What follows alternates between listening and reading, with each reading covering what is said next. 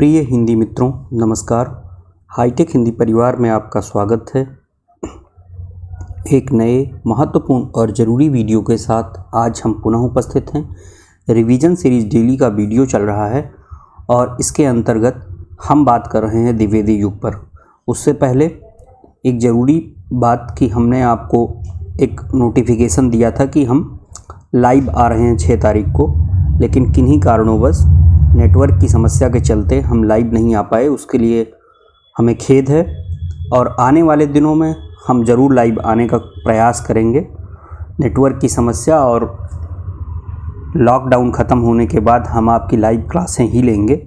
तो ऐसे में आप लोग बिल्कुल निश्चिंत रहें कि हम आने वाले दिनों में इसकी व्यवस्था कर रहे हैं और तब तक हम इस सीरीज़ को जारी रखेंगे। रिवीजन सीरीज़ डेली के अंतर्गत उन सभी महत्वपूर्ण प्रश्नों पर बात की जाती है जो परीक्षा के लिए अति महत्वपूर्ण हैं या ऐसे प्रश्न जिनके परीक्षा में आने की सर्वाधिक संभावना है।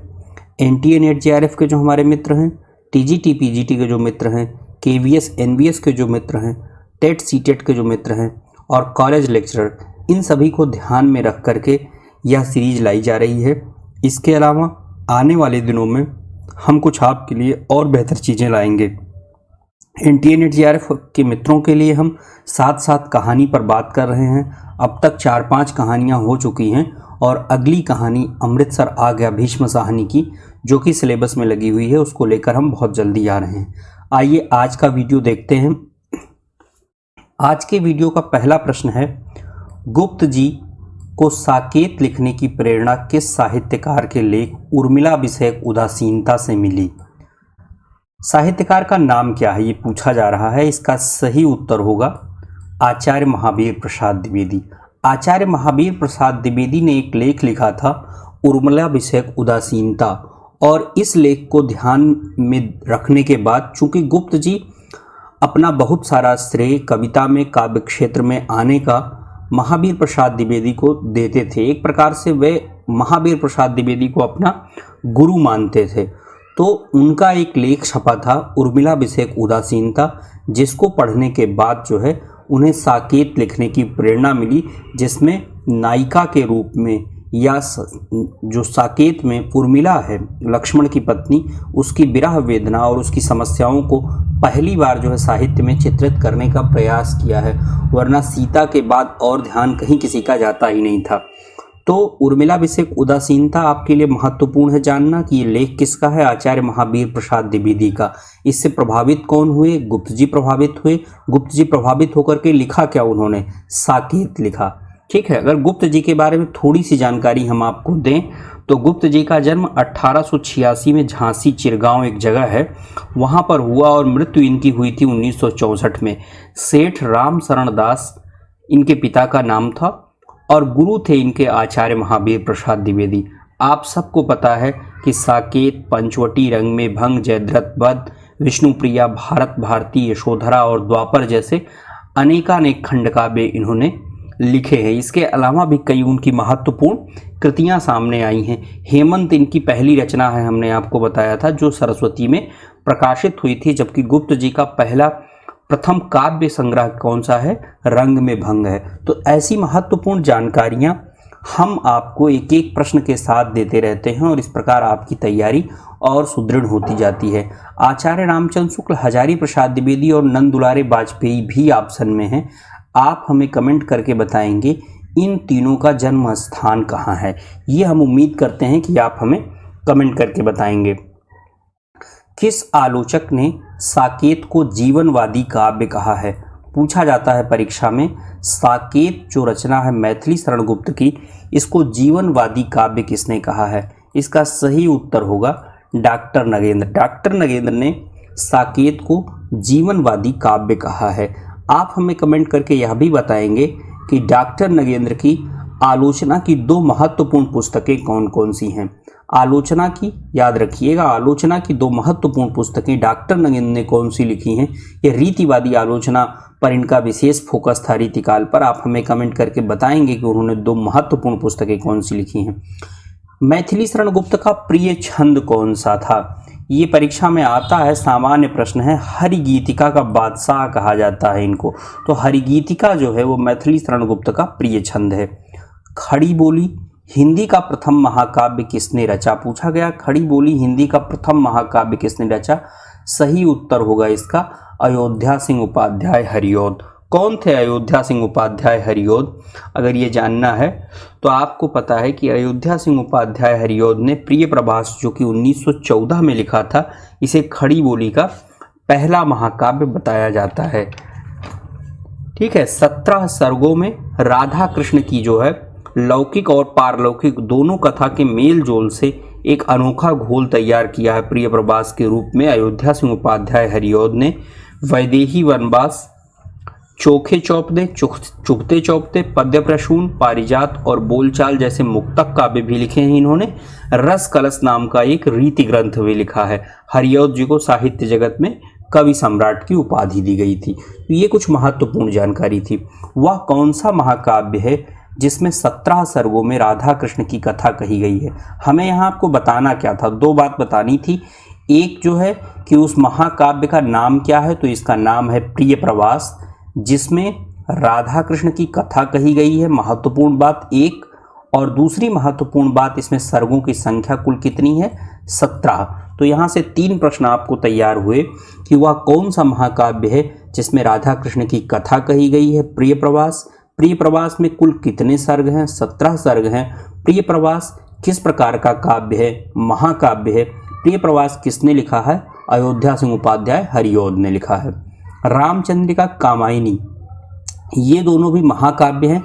आप हमें कमेंट करके बताएंगे कि इनमें कितने सर्ग, खंड या भाग हैं, ये आप हमें कमेंट करके बताएंगे। साहित्य जगत में कवि सम्राट की उपाधि से कौन सा कवि विभूषित है? पहले भी मैं बता चुका हूं, इसका सही उत्तर होगा अयोध्या सिंह उपाध्याय हरिऔध।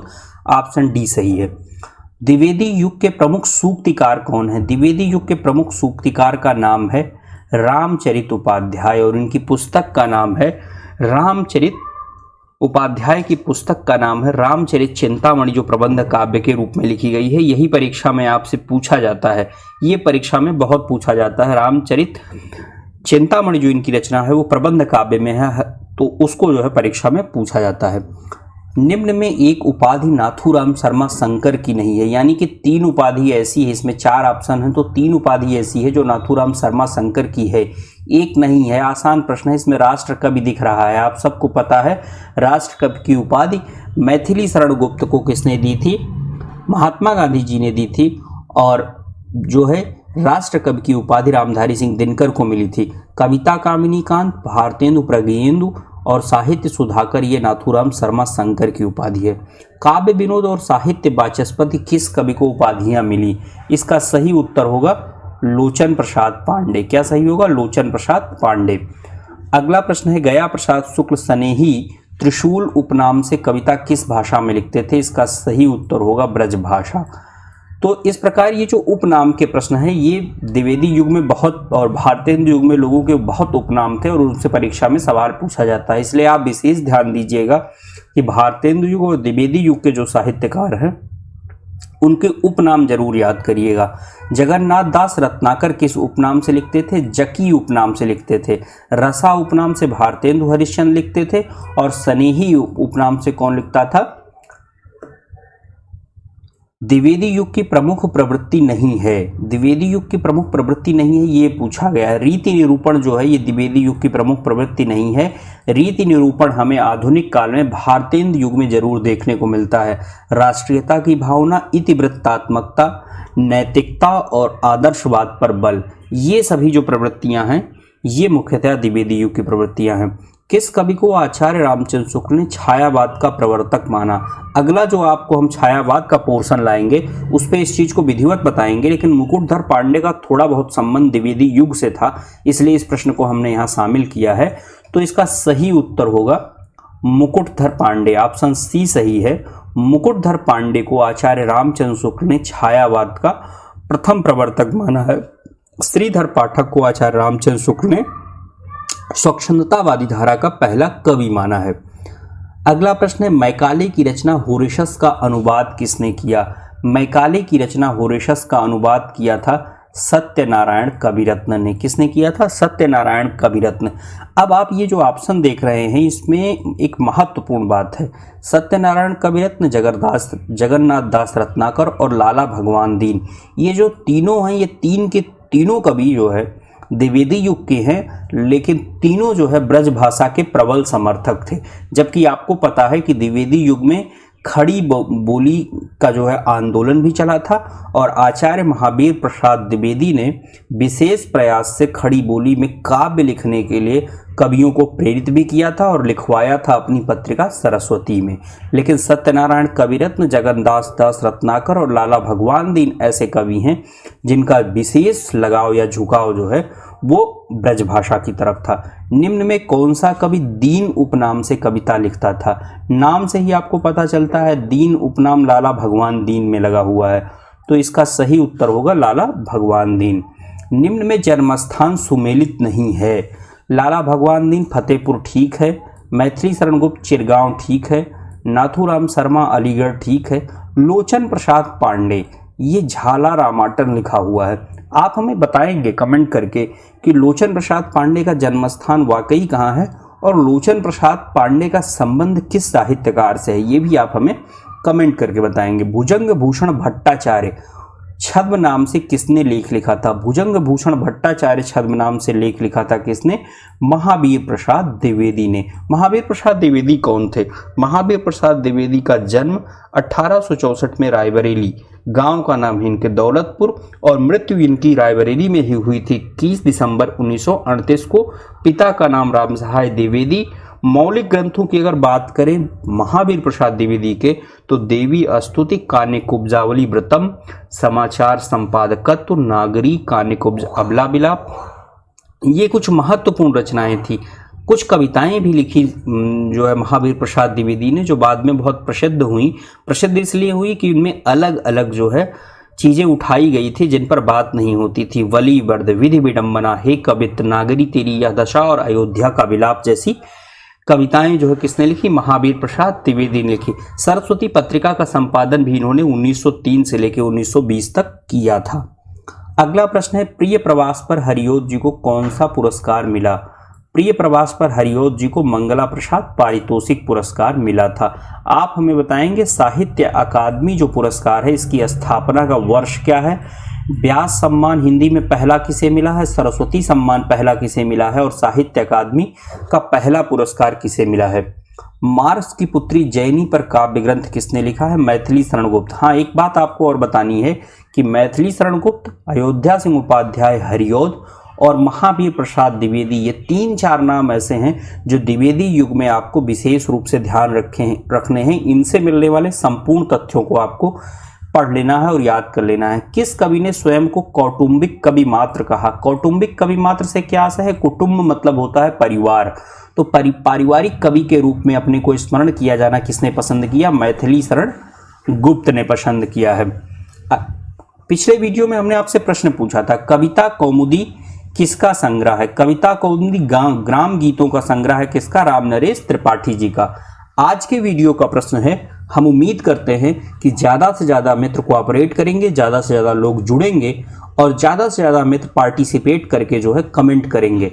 आपका प्रयास आपकी सफलता में एक महत्वपूर्ण योगदान देता है, इसलिए हम उम्मीद करते हैं कि प्रश्न सरल हो या कठिन हो, आप प्रयास जरूर करें, क्योंकि प्रयास करने से आप एक नया प्रश्न सीखते हैं।